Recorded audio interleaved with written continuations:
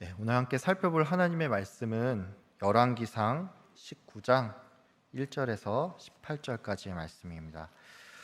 열왕기상 19장 1절에서부터 18절까지의 말씀입니다. 구약 550페이지쯤에 있습니다.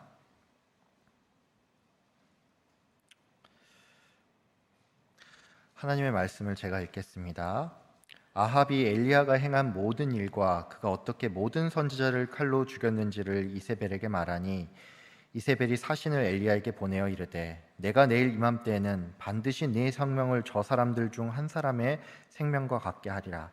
그렇게 하지 아니하면 신들이 내게 벌 위에 벌을 내림이 마땅하니라 한지라.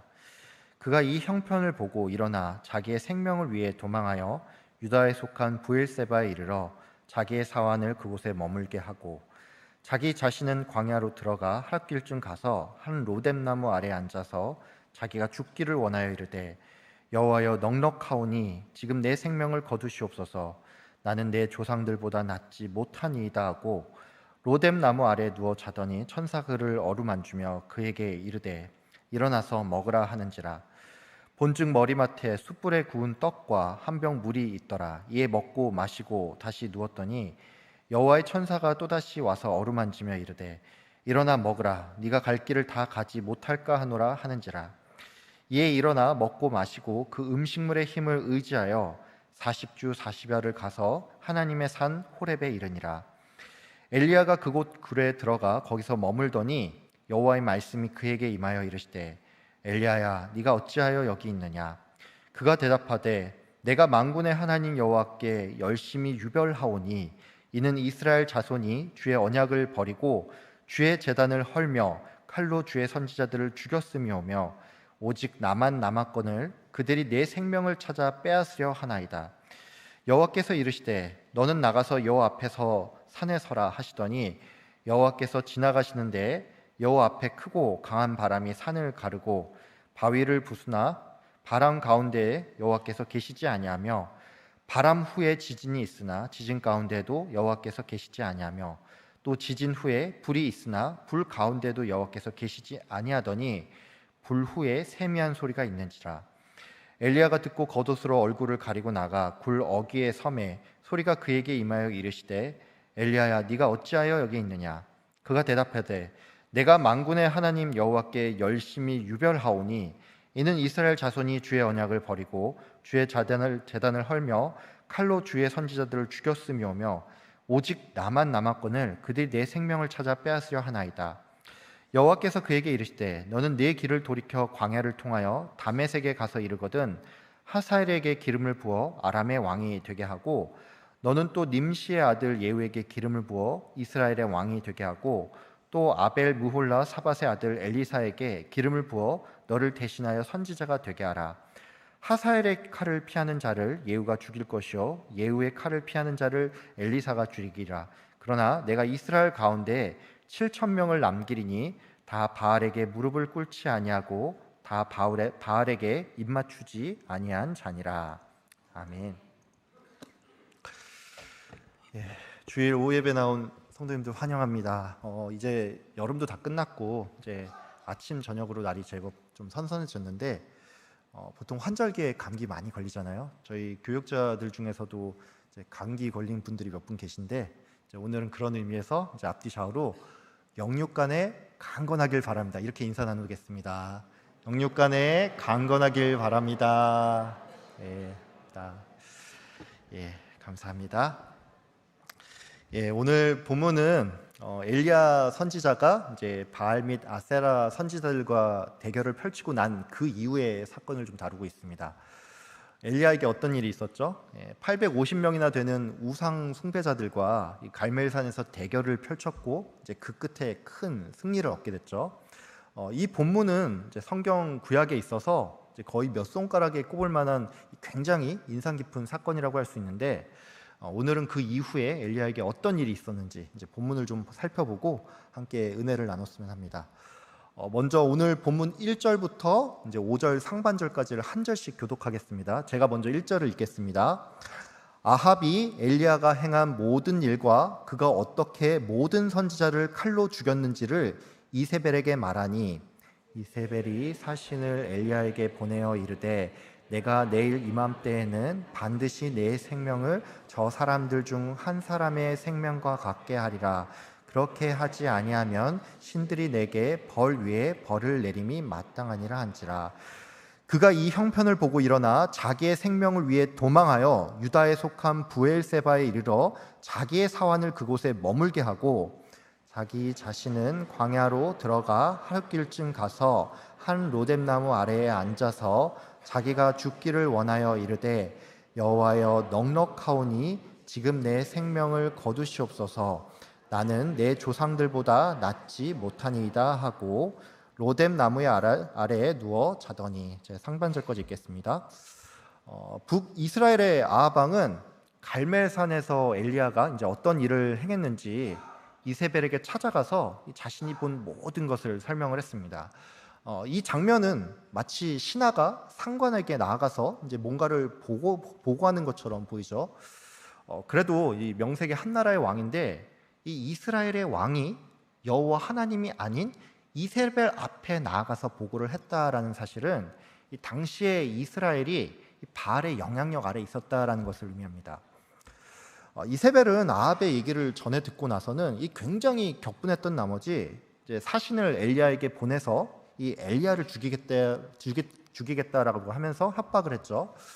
엘리야는 이 말을 듣고 나서 이제 저 멀리 광야로 도망을 쳐서는 이제 한 로뎀나무 아래 주저앉아 자포자기하는 듯한 그런 말을 합니다.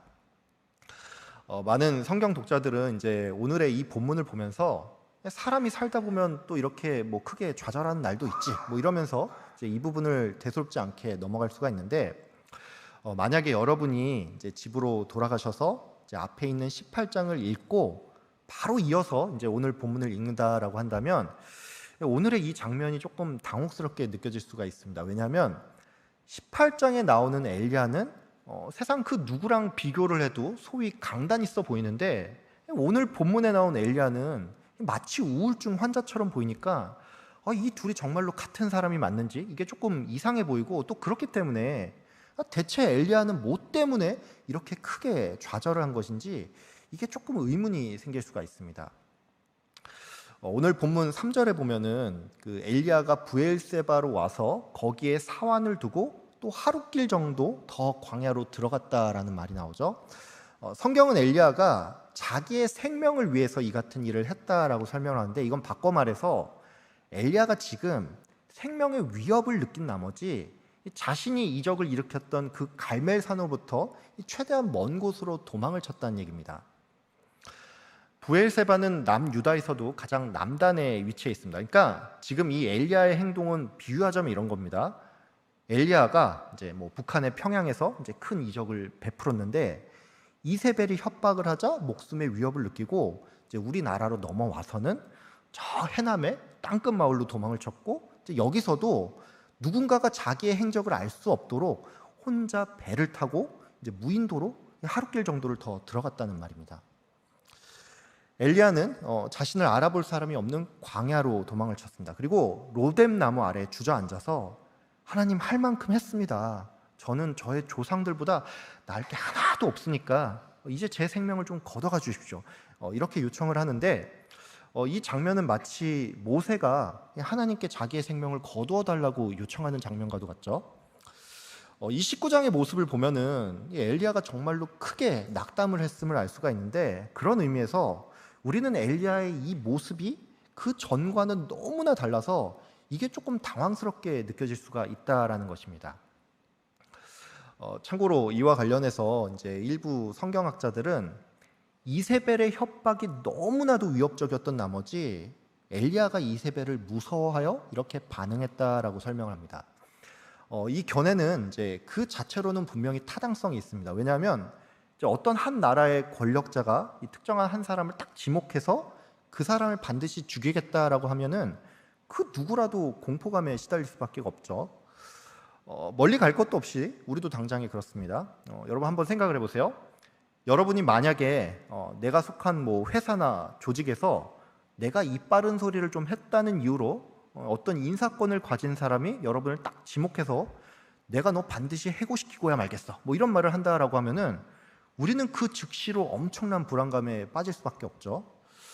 근데 이 정도가 아니라 한 나라의 최고 권력자가, 예를 들어서 뭐 우리나라의 대통령이 뭐 정부를 좀 비판하는 목회자가 있다라고 하면 그 사람을 구속시켜버리고 또 그 사람을 죽이겠다라고 협박을 한다면 우리는 그 누구라도 이 엄청난 좌절감과 공포 또 분노에 휩싸일 수밖에 없습니다. 문제는 이런 견해, 즉 엘리야가 이세벨을 무서워해서 이렇게 멀리 도망쳤다라는 이 견해를 그냥 그대로 봤자니 조금 겸연 작은 부분이 있습니다. 어떤 부분이냐면, 단지 무서워서 도망을 친 거라고 한다면 애초에 엘리야가 이 바알 선지자들이랑 대결을 벌이고 그들을 이겼으면 됐지, 여기서 굳이 그들을 죽이는 그 일까지 저지를 필요가 있냐라는 것입니다. 여러분, 그러면 왜 엘리야는 이렇게나 크게 낙담을 한 걸까요? 결론부터 말씀을 드리면, 엘리야가 갈멜산에서 큰 이적을 베풀었음에도 불구하고 정작 이스라엘에는 아무런 변화도 일어나지 않았기 때문입니다. 오늘 본문 3절을 보면 엘리야가 그 형편을 보고라는 말이 나오죠. 여러분, 이게 무슨 말이냐면, 엘리야는 나라가 조금 바뀔 것을 기대를 하면서 상황이 어떻게 돌아가는지를 지켜보고 있었는데, 자기의 예상과는 전혀 다르게 이 상황이 이상하게 흘러가고 있으니까 엘리야는 여기에 큰 충격을 받고 크게 낙담했다는 말입니다. 아합 왕은 엘리야가 베푼 기적을 자기의 두 눈으로 똑똑히 목격했음에도 불구하고 정작 이세벨에게 가서 이것을 말할 때는 여호와 하나님께서 큰 이적을 베푸셨다, 이렇게 말하지 않았습니다.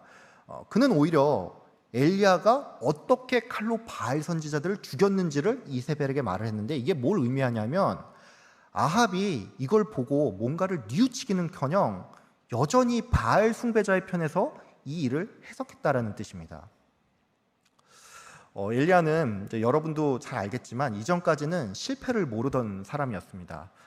열왕기상 17장에 보면은 엘리야가 처음 등장을 합니다. 앞선 이 내용을 보면 알 수가 있지만 그는 처음에는 까마귀가 식량을 물고 와서 음식을 해결하는 이런 기적을 경험을 했습니다. 이후에는 이제 사르밧 과부의 집에 찾아가서 이제 식량이 끊어지지 않는 기적을 베풀었고, 또 여기서 더 나아가서 이 죽은 사람을 다시 살리는 그런 큰 이적까지 일으켰는데, 이 과정을 보면 알 수가 있지만 엘리야는 갈수록 더 큰 이적을 베풀거나 경험을 했고, 또 그 끝에 누군가가 변하는 것을 계속 지켜봤다는 사실입니다.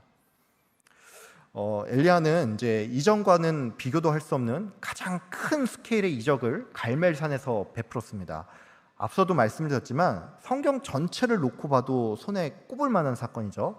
이건 바꿔 말해서 지금 엘리야는 하나님께서 나를 통해서 이런 큰 이적을 일으켰으니 아합과 이세벨은 두려움에 떨고, 또 이 대결을 지켜본 많은 백성들은 자기 죄를 회개하며 어쩌면 북이스라엘이 이 일을 계기로 쿠데타가 일어나서 완전히 뒤집어지게 될 것을 엘리야가 내심 기대했다는 얘기입니다.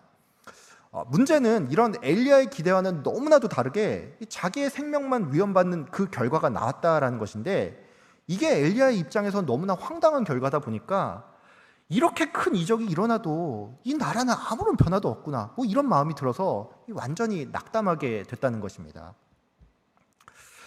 한 자료에 따르면은 그 한국 교회의 이 담임 목회자들이 이제 목회를 하면서 가장 큰 힘든 순간이 있는데, 그게 언제냐면 내가 아무리 설교 준비를 열심히 하고 또 이런저런 교육을 진행을 해도 성도님들이 생각만큼 잘 변하지 않을 때, 이때가 가장 힘이 든다라고 합니다. 여러분, 제가 목회자의 사례를 들었는데 일반 성도님들도 낙심되는 상황이 늘 있죠. 제가 예전에 이제 대학 시절에 이제 저랑 좀 친하게 지냈던 분이 한 분이 있는데, 이제 이분이 이제 기독교 동아리 중에 보면은 조이라고 하는 그런 동아리가 있는데, 그 동아리의 회장으로 있으면서 뭐 1년에 거의 20-30명씩을 막 전도를 하는 그런 대단한 분이 있었습니다.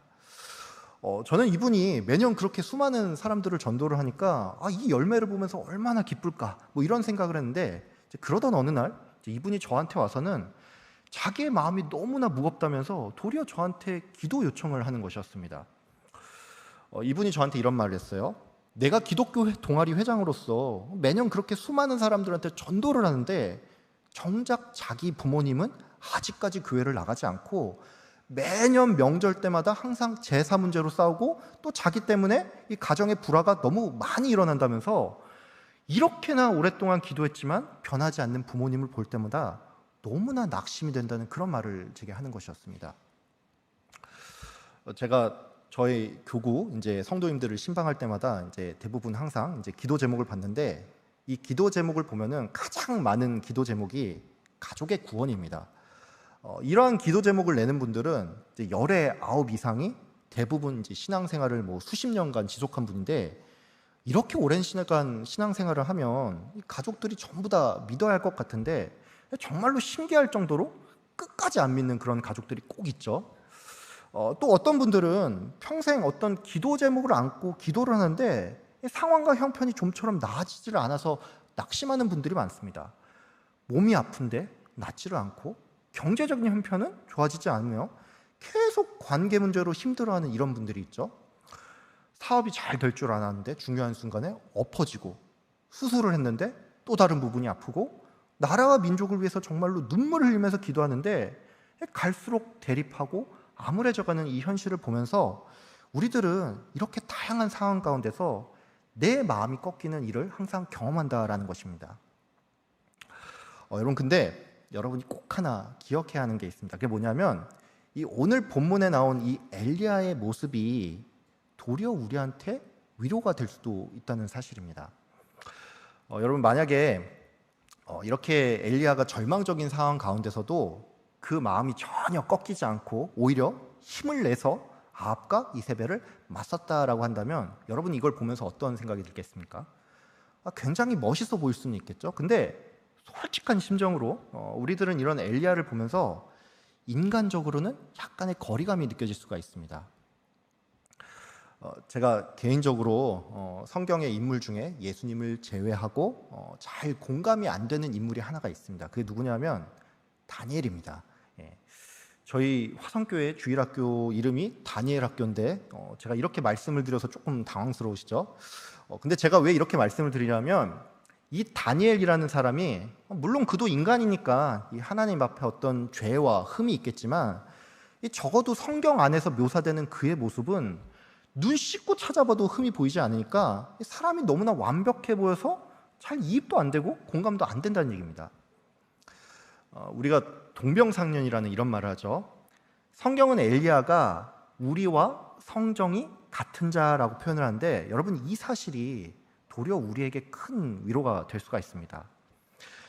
누군가가 나를 위로할 때 그 사람이 나 같은 경험이 있다라고 하면은 우리는 여기서 엄청나게 큰 위로를 얻을 수가 있죠. 반대로 내가 이런저런 어려움을 겪고 흠도 있고 부족하기 때문에 우리가 누군가에게 큰 위로가 되죠. 제가 방금 전에 이 엘리야의 연약한 모습 때문에 우리가 위로를 얻을 수 있다라고 말씀을 드리는데 우리는 여기서 더 나아가서 희망까지 얻을 수도 있습니다. 왜냐하면 하나님께서는 이렇게 낙심한 엘리야를 그냥 그대로 두지 않으시고 그를 다시금 일으키시고 회복하시기 때문입니다. 5절 이후로는 하나님께서 이제 엘리야를 어떻게 회복시키는지가 나오는데 제가 5절 하반절부터 8절까지를 좀 읽겠습니다. 천사가 그를 어루만지며 그에게 이르되 일어나서 먹으라 하는지라 본즉 머리맡에 숯불에 구운 떡과 한 병 물이 있더라. 이에 먹고 마시고 다시 누웠더니 여호와의 천사가 또다시 와서 어루만지며 이르되 일어나 먹으라. 네가 갈 길을 다 가지 못할까 하노라 하는지라. 이에 일어나 먹고 마시고 그 음식물의 힘을 의지하여 40주 40야를 가서 하나님의 산 호렙에 이르니라. 하나님께서는 엘리야의 회복을 위해서 가장 먼저 음식을 제공해 줬습니다. 갈멜산에서부터 부엘세바까지는 이제 오늘날의 도로 기준으로도 이제 대략 190km 정도 되는 거리인데 엘리야는 쉴 새 없이 길을 달려왔기 때문에 힘이 하나도 남아있지 않은 그런 상태였죠. 하나님께서는 이런 상황과 형편을 아시고 가장 먼저 그의 육체적인 회복을 위해서 숯불에 구운 떡과 물을 공급해 주었습니다. 엘리야의 가장 큰 문제는 사실 내면의 문제죠. 그렇기 때문에 근본적인 조치는 그의 마음을 회복시켜야 하는데 하나님께서는 이런 내면적인 것도 중요하지만 그의 육체가 기진했다는 이 사실을 절대로 무시하지 않았습니다. 하나님께서 엘리야에게 떡과 물을 먼저 공급해 주었다라는 것은 하나님께서 또한 성도에게 있어 가장 필요하고 시급한 것을 절대로 무시하지 않는다라는 것을 의미합니다. 다시 말씀드릴게요. 하나님께서는 성도의 필요를 아시고 또 그의 형편을 아시기 때문에 이것들을 절대로 외면하지 않습니다. 여러분, 우리가 때로는 내가 뭘 구해야 할지 이게 가늠조차 되지 않을 정도로 인생이 좀 막막하고, 그래서 이 기도의 자리에 나와도 이 기도가 잘 나오지 않을 때가 있죠. 여러분, 그럴 때 그냥 하나님께 나와서 저를 좀 불쌍히 여겨달라고 이렇게 기도하길 바랍니다. 성령께서는 말할 수 없는 탄식으로 우리가 무엇을 구해야 할지 모를 때 우리의 필요를 아시고 대신 구하십니다. 엘리야가 로뎀나무 아래에서 하나님, 나를 그냥 좀 죽여주십시오, 이렇게 말을 했죠. 여러분, 근데 이 말 자체가 아니라 이러한 좌절감마저도 하나님 앞에 나와서 토로했다는 이 사실을 여러분이 좀 기억했으면 합니다. 엘리야는 그냥 피신만을 위해서 광야로 간 게 아닙니다. 자기의 몸 하나만을 건사하기 위해서라면 아예 이집트로 넘어가는 것이 훨씬 더 나은 선택지가 될 수가 있고, 아니면 암몬이나 모압으로 가는 것도 괜찮은 선택일 수가 있는데, 엘리야가 굳이 광야로 나아갔다라는 사실은 그가 지금 기도의 자리로서 광야를 찾았다는 얘기입니다. 인생이 잘 풀릴 때는 누구나 그럭저럭 괜찮은 신앙인처럼 보일 수가 있습니다. 근데 진짜 신앙은 이럴 때가 아니라 어려움이 닥칠 때 내가 누구를 찾는지 또 어디를 찾는지에 따라서 나타난다고 할 수가 있습니다. 괜찮은 성도인 줄 알았는데 중요한 순간에 돈을 찾고 인맥을 찾는다라고 하면 이것은 결국 그 성도의 신앙이 아직 그 정도밖에 되지 않는다라는 것을 의미합니다. 제법 괜찮은 목회자처럼 보였는데 가장 중요한 순간에 기도의 골방이 아닌 세상의 방법을 찾는다라고 하면 그 목회자의 신앙 또한 결국은 그 정도밖에 되지 않는다는 것을 의미합니다. 저는 바라기는 이제 우리 모두가 이 인생의 역경을 만났을 때 나의 마음을 토로하기 위해서 또 하나님의 도우심을 기대하면서 하나님께 가장 먼저 나아가는 저와 여러분들 다 되시기를 바랍니다. 하나님께서는 천사를 통해서 먹을 것을 제공하고는 네가 갈 길이 머니까 이 음식을 먹고 힘을 내라 라고 했는데, 엘리야의 최종 목적지는 하나님의 산인 호렙이었습니다. 이 호렙은 신의 산이라고도 불리는데 모세가 처음 하나님을 만나고 또 이 십계명의 두 돌판을 받은 역사적인 장소죠. 참고로 이 부엘 세바에서 호렙산까지의 거리가 대략 320km 정도 된다라고 합니다. 320km라고 하니까 이제 굉장히 먼 거리라고 생각을 할 수 있는데, 엘리야가 40일 동안 이 길을 걸었다라는 것은 하루에 겨우 8km만 이동을 했다라는 것이고, 성인 남자가 2시간 정도면 8km를 걸을 수 있으니까 지금 엘리야가 굉장히 천천히 이 호렙산을 향해서 나아갔다라는 것을 알 수가 있습니다. 왜 이 거리를 40일이나 걸렸는지 그 이유는 정확하게는 알 수가 없습니다. 다만 하나 확실한 게 있다면 엘리야에게 있어서 이 길은 그냥 목적의식 하나만 가지고 가는 행군의 길이 아니라 무언가를 생각하고 정리할 수 있는 이 순례의 길이 됐다는 사실입니다. 엘리야는 호렙산에 도착을 해서 이제 어떤 한 굴에 들어갔습니다. 이 굴은 그냥 일반 동굴이 아니라 이제 옛날 옛적에 모세가 하나님의 영광을 목격하던 그 바위 틈이었는데, 여호와 하나님께서는 이제 이 굴에 들어온 엘리야를 향해서 네가 어찌하여 여기에 있느냐라고 물어보죠.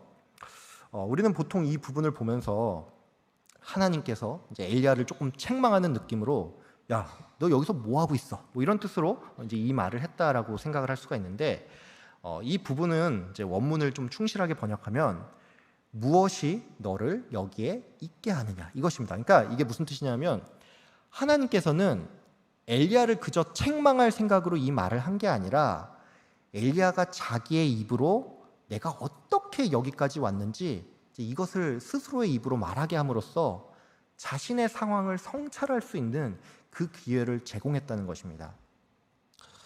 하나님께서는 이제 이 질문을 2번 반복을 했는데, 엘리야는 10절과 14절에서 이렇게 동일하게 답변을 하죠. 내가 만군의 하나님 여호와께 열심히 유별하오니 이는 이스라엘 자손이 주의 언약을 버리고 주의 제단을 헐며 칼로 주의 선지자들을 죽였으며오며 오직 나만 남았거늘 그들이 내 생명을 찾아 빼앗으려 하나이다.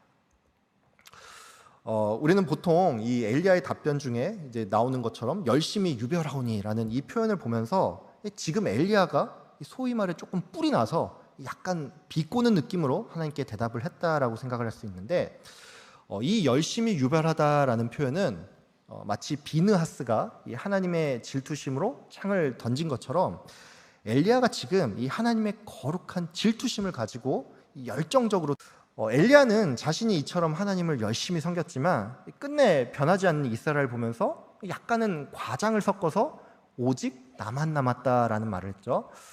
이 표현은 이제 확실히 과장이라고 할 수가 있는데, 이게 왜 그러냐면 엘리야는 분명히 오바댜가 숨긴 이 100명의 선지자가 있음을 그때 이미 알고 있었기 때문입니다. 하나님께서는 이제 이런 엘리야를 향해서 이제 굴 밖으로 데리고 나온 후에 이제 산에 서라고 한 뒤에 큰 바람과 지진과 불을 보여줬는데, 이 모든 것들은 하나님의 현현을 상징하죠. 근데 특이하게도 하나님께서는 그 끝에 그의 모습을 보이지 않고 이제 이후에 미세한 소리가 이 엘리야에게 들렸다는 사실입니다. 하나님께서는 미세한 소리로 엘리사와 하사엘 또 예후에게 기름을 붓고 또 그들을 세우라고 명령을 하셨죠.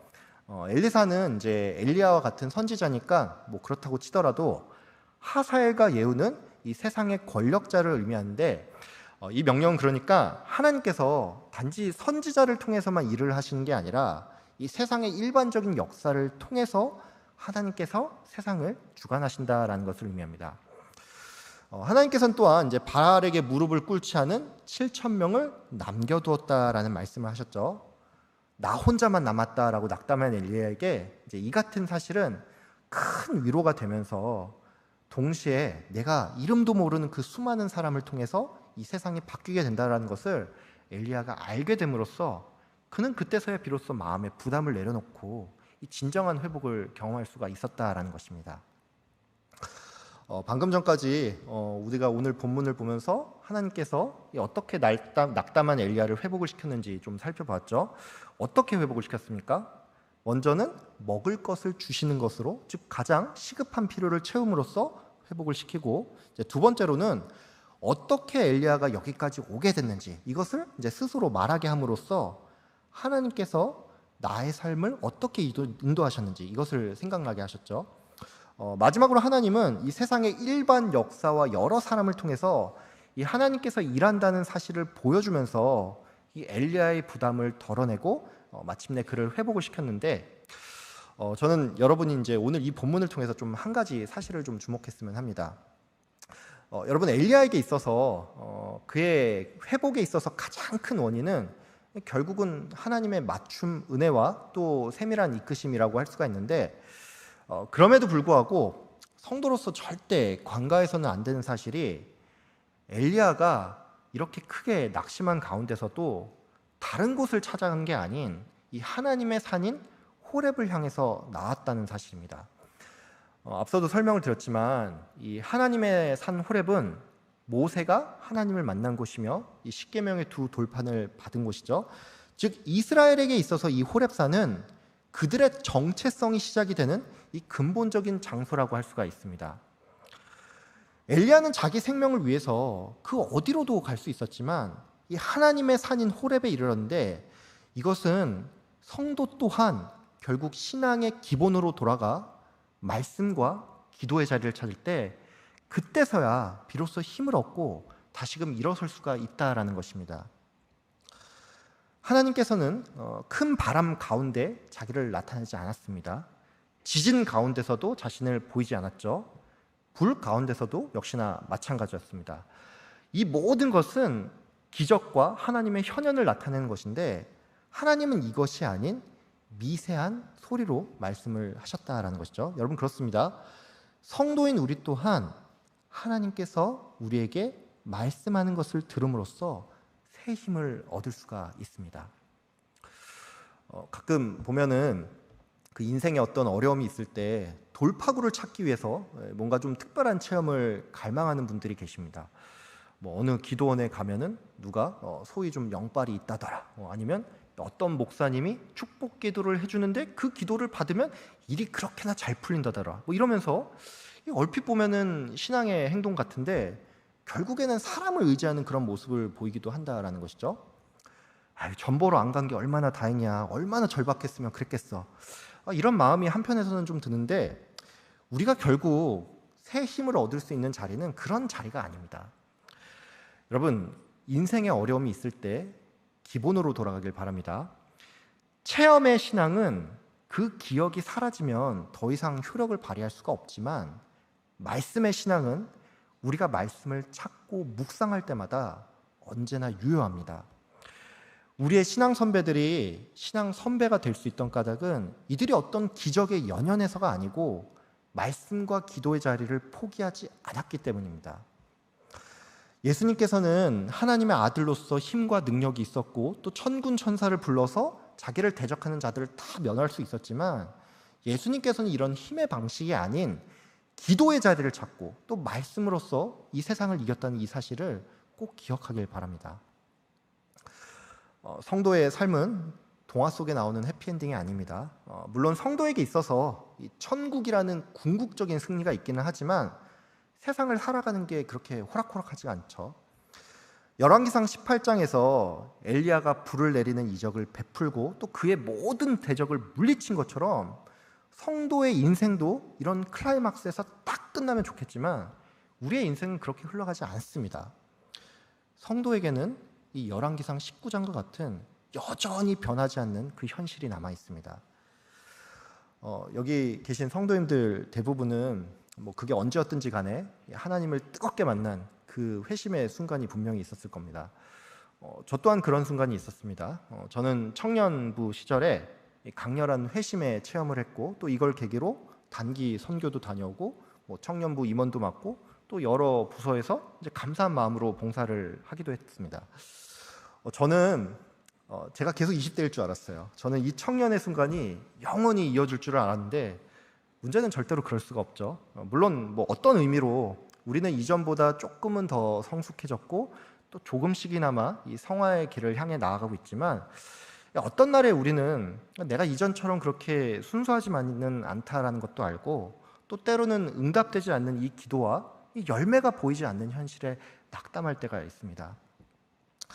여러분, 비록 우리가 이렇게 변하지 않는 현실 가운데 있고 또 우리의 삶에 이전과 같은 강렬한 체험이 없을지라도 하나님께서는 그때나 지금이나 일하시고 또 뜻을 이루시는 분임을 반드시 기억하시길 바랍니다.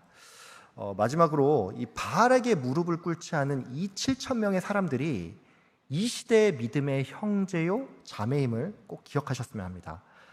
힘들고 지친 순간에 나만 그런 게 아니라 나와 함께 아파하며 나를 위로해 줄 이 믿음의 형제 자매가 바로 이 화성교회 안에 있음을 기억을 하시고, 또한 내가 누군가에게 그러한 형제 자매가 될 수 있음을 항상 소망하시는 저와 여러분들 다 되시길 바랍니다.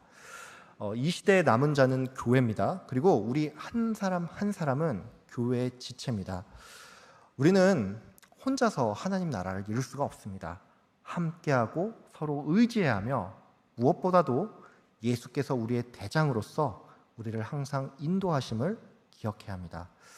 아무쪼록 우리를 이끄신 이 예수님과 또 믿음의 형제 자매를 바라보면서 절망 가운데서도 늘 희망을 찾는 저와 여러분들 다 되시기를 주의 이름으로 축복하며 기도합니다. 기도하겠습니다. 참 좋으신 하나님 아버지, 감사합니다.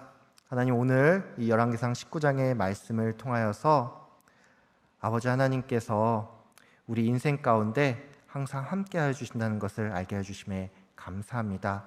하나님, 엘리야는 큰 이적을 베풀었지만 변하지 않는 그 현실을 바라보면서 낙담하였습니다. 하나님께서는 그런 엘리야를 책망하는 것이 아닌 그를 회복시키시고 다시금 일으켜 세웠는데, 하나님 그 은혜가 우리에게도 풍성히 넘치기를 소망합니다. 하나님, 주님, 우리가 살면서 그 은혜를 늘 경험하게 하여 주시고, 아버지 하나님, 우리가 살면서 여러 가지 어려움을 겪게 되고 또 낙심되는 순간이 있을 때 다른 무엇을 찾는 것이 아닌 신앙의 기본으로 돌아가 말씀으로 회복되고 또 기도하는 가운데 하나님의 임재를 다 경험하는 우리 화성교회 모든 성도님들 될 수 있도록 주님이 인도하여 주시옵소서. 또한 우리가 받은 이 은혜, 우리가 또한 상처받은 치유자로서 나뿐만이 아니라 다른 어려움에 있는 우리 성도님들을 이끌고 또 힘을 북돋아주는 우리 귀한 성도님들 다 될 수 있도록 주님께서 큰 복을 내려 주시옵소서. 감사드리며 예수 그리스도의 이름으로 기도합니다. 아멘.